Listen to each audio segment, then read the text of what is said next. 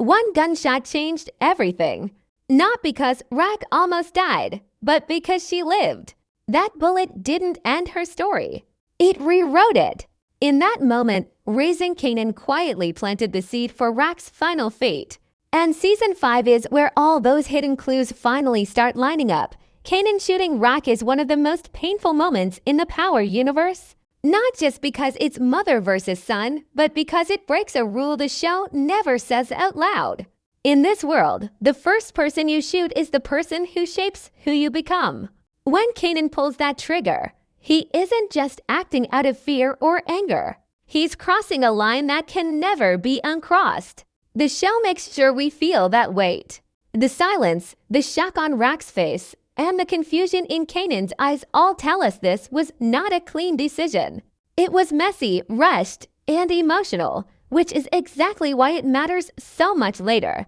What makes this moment different from other shootings in Power is that Rack survives. In this universe, death often closes doors, but survival opens dangerous ones. Rack living means questions have to be answered. Who shot her? Why did it happen? What kind of life puts a mother in a position where her own son pulls the trigger? The writers slow everything down after the shooting to make sure we understand that this was not just a dramatic scene. It was the start of a long chain reaction. This is where the show becomes very smart. Instead of turning Rack into a victim, it turns her into a problem. She has to hide the truth, protect Kanan, and protect herself at the same time. Every choice she makes after this moment is shaped by fear of exposure. That fear changes how she moves, how she talks, and how she handles business. The shooting doesn't weaken her on the surface, but inside, it cracks the control she's always had. Season 5 keeps pointing back to this moment without showing it again. Characters start making comments about loyalty, betrayal, and family in ways that feel heavier than before. The show wants us to remember that nothing in Rack's life is clean anymore. The bullet didn't just hit her body. It hit the foundation of her empire, and from this point on, everything she builds is unstable. Rack surviving the shooting feels like a win at first, but very quickly it becomes clear that staying alive is the worst possible outcome for her. A dead Rack would have ended questions. A living Rack creates evidence. Hospitals mean records. Wounds mean reports. People talk, even when they say they won't. The show doesn't rush through these details because they matter. Every step Rack takes to recover adds another thread that law enforcement can pull later. After the shooting, Rack becomes more careful, but also more aggressive. That's a dangerous mix. She tightens her grip on Marvin and Lou not because she trusts them, but because she doesn't. Her need to control everything increases, and control always leaves fingerprints. Meetings become riskier. Decisions become louder. The very thing that made Rack powerful before now starts drawing attention. There's also the emotional side of survival. Rack knows Kanan shot her, even if she never says it out loud. That truth sits between them like a loaded gun that never leaves the room. She protects him, but that protection forces her to lie in ways that don't match her usual clean logic. Rack is at her best when she steps ahead. After the shooting, she's reacting instead of planning, and the show shows us how dangerous that is. Season 5 uses this shift to quietly change Rack's role. She's no longer just a boss running an operation. She's a woman covering up a family crime that could destroy everything. That cover-up affects her decisions, and those decisions slowly build a pattern. Patterns are what put people in prison in the Power universe. Not one big mistake, but many small ones stacked on top of each other. The shooting becomes the moment where Rack stops being untouchable. She's still feared, still respected, but now she's exposed. Survival didn't save her. It trapped her in a story she can't escape. For Kanan, shooting Rack is his first real lead to the world. Not the small lies kids tell, but the kind that shape a life. He never fully tells the truth about what happened, and that silence becomes part of who he is. The show makes it clear that this moment is the start of Kanan learning how to let others carry the consequences while he keeps moving forward. This is where Raising Kanan connects deeply to the larger Power story. Just like Ghost with his first kill, Kanan learns that survival sometimes means letting the truth rot in the dark. He watches Rack suffer, lie, and spiral, and he says nothing. That choice hardens him. It teaches him that love and damage can exist at the same time, and that lesson follows him into adulthood. Season 5 shows Kanan becoming more observant, more quiet, and more distant. He's learning from Rack's mistakes without saving her from them. The shooting created a bond between them that's built on guilt instead of trust. Every time Rack protects Kanan, she digs herself deeper. And every time Kanan accepts that protection, he steps closer to the man we meet in power. The tragedy is that Kanan doesn't need to testify or confess to destroy Rack. His silence is enough. By doing nothing, he allows the system to focus on her. He becomes a shadow in the story, while Rack becomes the face of everything wrong. The show doesn't paint Kanan as evil here. It paints him as learning. And in power, learning usually comes at someone else's expense. Rack doesn't go to prison because of one big betrayal or one loud arrest. She goes because the shooting changes how the world looks at her. Law enforcement starts seeing patterns they missed before. Money trails don't disappear fast enough. Associates start slipping. Informants start talking, not because they want to, but because pressure works. Season 5 shifts the tone from street power to long-term consequences. The show spends more time on investigations, quiet conversations, and background moves. This is intentional. Prison in the Power universe is never sudden. It's earned slowly. The shooting is the first domino, and everything after it falls in order. Rack's biggest flaw has always been control. Prison is the ultimate punishment for someone like her because it takes that control away while keeping her alive to feel it. She doesn't get a dramatic death. She gets time. Time to think, remember, and realize that the moment she tried to save Kanan is the moment she lost herself. In the end, Kanan shooting Rack isn't just a shocking twist. It's the origin of her downfall. That bullet didn't end her life. It sentenced it. Rack surviving the shooting looks like strength on the surface, but in reality, it turns into her biggest weakness. In the Power universe, death closes stories, but survival opens files. The moment Rack lives, her life becomes something that can be tracked, questioned, and studied. Injuries leave records. Treatments leave timelines. People who help always remember details, even if they pretend they don't. This is how trouble starts quietly, without sirens or raids. And Season 5 leans heavily into that slow danger. After the shooting, Rack's behavior changes in ways she doesn't fully notice, but others do. She becomes sharper, more alert, and more aggressive in protecting her position. Instead of moving freely, she starts moving defensively. Every decision now has fear attached to it. Fear of being exposed. Fear of losing Kanan. Fear of the truth slipping out. That fear pushes her to overmanage everything around her. And overmanagement always creates mistakes. Her relationships also begin to shift. Marvin and Lou feel the pressure immediately. Rack no longer leads with confidence alone. She leads with control. She checks, questions, and pushes harder than before. That tension weakens the structure she built. Loyalty turns into obligation, and obligation always cracks under pressure. The organization still works, but it doesn't flow, it grinds. And grinding creates noise, even when no one is yelling. What makes this situation even worse is that Rack cannot address the real cause of her paranoia. She can't say out loud that her own son pulled the trigger. So instead of healing or adjusting properly, she buries the truth and keeps moving forward as if nothing has changed. But everything has changed. The bond between her and Kanan is no longer built on trust. It's built on silence, and silence forces Rack to carry the weight alone. Season 5 uses subtle moments to show how survival corners her. Small decisions begin to stack up.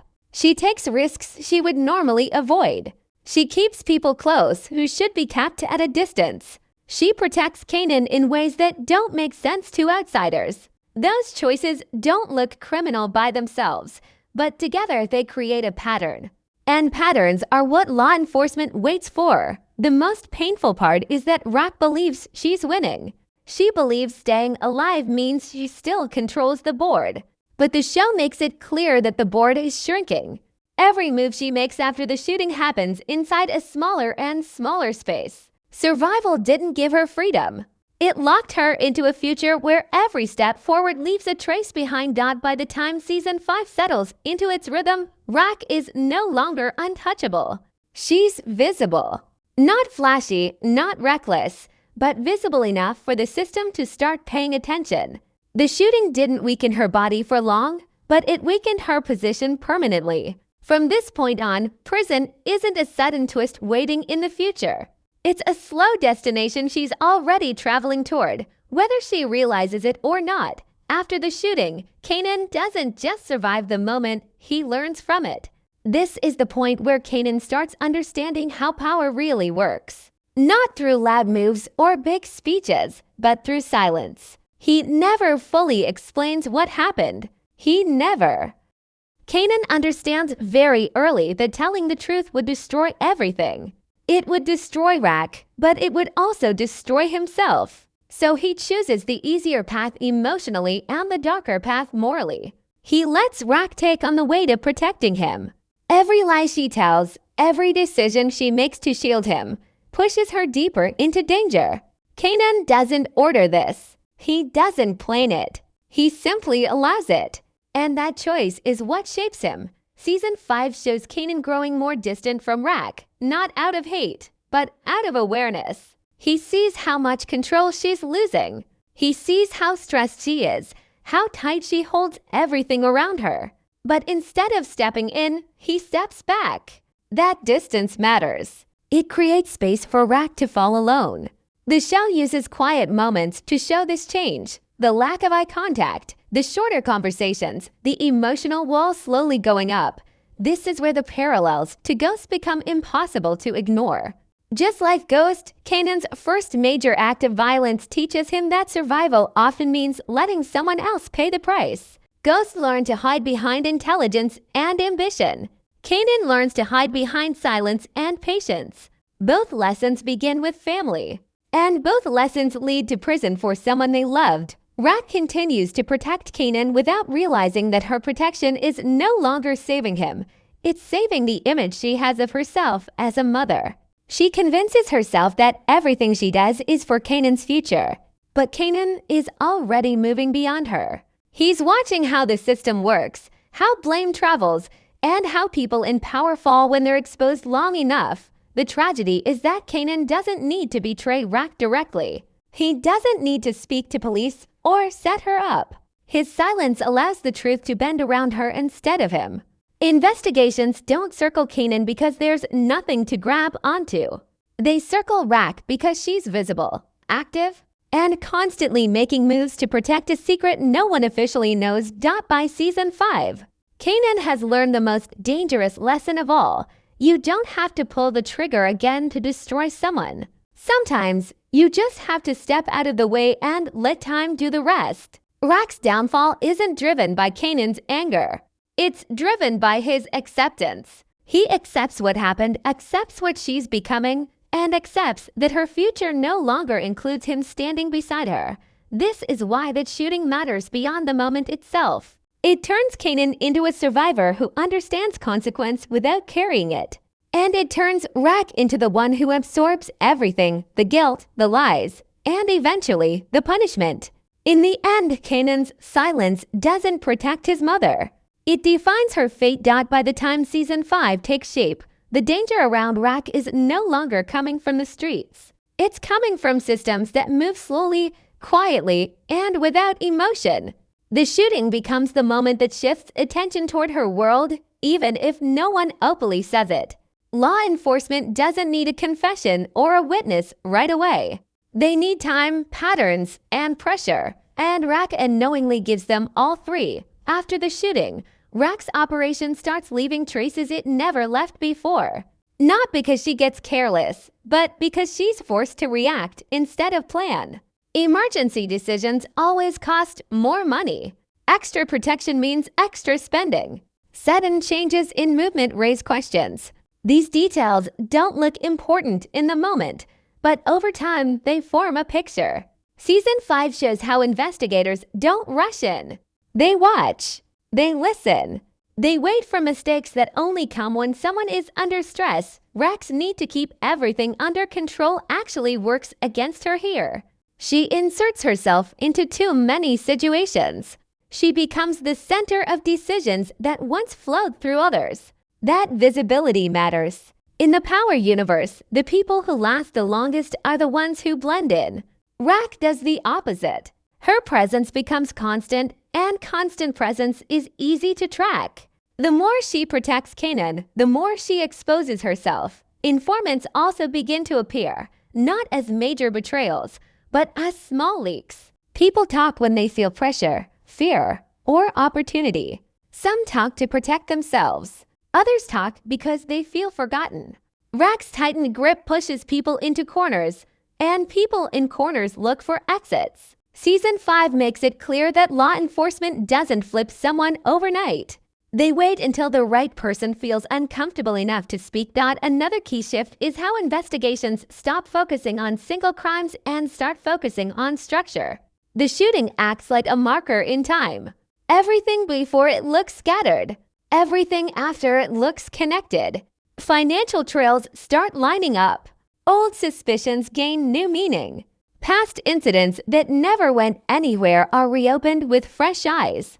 Raque's world begins to look less like chaos and more like an organized operation. And that's when serious cases are built. What hurts Raque the most is that she doesn't see this coming. She has spent her whole life surviving fast danger. Guns, rivals, street threats. But this kind of danger doesn't announce itself. It doesn't rush. It waits for her to keep living, keep moving, and keep making choices that add weight to the case forming against her. Every season after the shooting adds another layer, another reason for the system to keep watching. Season 5 treats prison not as a shock ending, but as a destination slowly coming into focus. No dramatic raid. No sudden betrayal. Just pressure building over time until there's nowhere left to move. The shooting didn't put handcuffs on Raque, but it placed her on a path where every step forward made turning back impossible. By the time the system is ready, Raque has already done most of the work for them without ever realizing it. Raque's story has never been about sudden endings. From the very beginning, her power came from patience, planning, and control.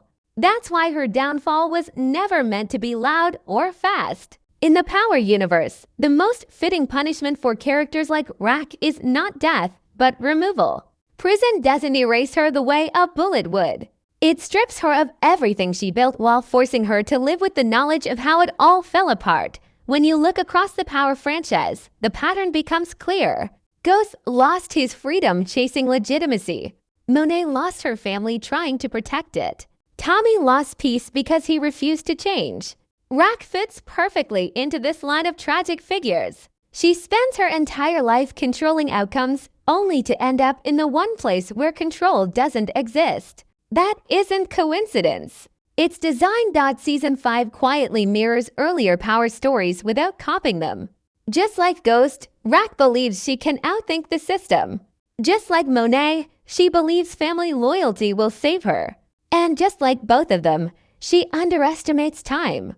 Time is the real enemy in this universe. Time allows investigations to grow. Time allows resentment to build. Time allows truth to surface, even when no one is speaking it out loud. What makes Raque's situation even more painful is that prison doesn't end her influence immediately. Her name still carries weight. Her past still matters, but her ability to act is gone. That slow loss is far worse for someone like her than a quick death. Every day inside becomes a reminder that the life she built now moves without her. Kanan grows. The streets evolve. The game changes. And Raque can only hear about it, never touch it. The show also uses prison as a mirror. Everything Raque feared becomes real. She feared losing Kanan, and in prison, she loses access to him completely. She feared becoming irrelevant, and prison guarantees that outcome. She feared being judged, and now her entire life is reduced to files, charges, and sentences. The irony is sharp, and the writers lean into it without spelling it out. This ending also reinforces one of the Power universe's strongest themes, the idea that love, when mixed with control, becomes destructive. Rack didn't lose because she lacked intelligence or strength. She lost because she tried to shape Kanan into something he didn't want to be. The shooting was the moment that power dynamic flipped. From that point on, every sacrifice she made in his name moved her closer to losing everything else. By choosing prison over death for Rack, the story completes her arc in the most honest way possible. She isn't redeemed. She isn't erased. She's contained. And in a universe where freedom equals power, containment is the ultimate loss. The bullet that didn't kill her ended up doing something worse. It ensured she would live long enough to see exactly how and why she lost. For Rack, prison is not just a place. It is the complete destruction of everything she believed made her powerful. Her entire life was built on movement, control, and presence. She controlled rooms by walking into them. She controlled people by staying 2 steps ahead. Prison removes all of that in one stroke. No territory, no strategy, no last-minute moves. Just time, walls, and memories that never stop replaying. What makes this fate especially cruel is that Rack is forced to live with awareness. She understands exactly where she went wrong. She knows which choices mattered. She knows the moment everything began to slip, even if she never says it out loud. Every day behind bars becomes a reminder that the shot she survived was the moment she lost the war. Not because she became weak, but because she became trapped in protecting a lie that grew bigger than her. Inside prison, Rack's greatest weapon, her voice, loses its power. On the outside, her words could change outcomes. Inside, they are just words. Orders don't move people. Threats don't hold weight. Respect fades when distance grows. The streets don't wait for anyone, and the longer she's locked away, the more the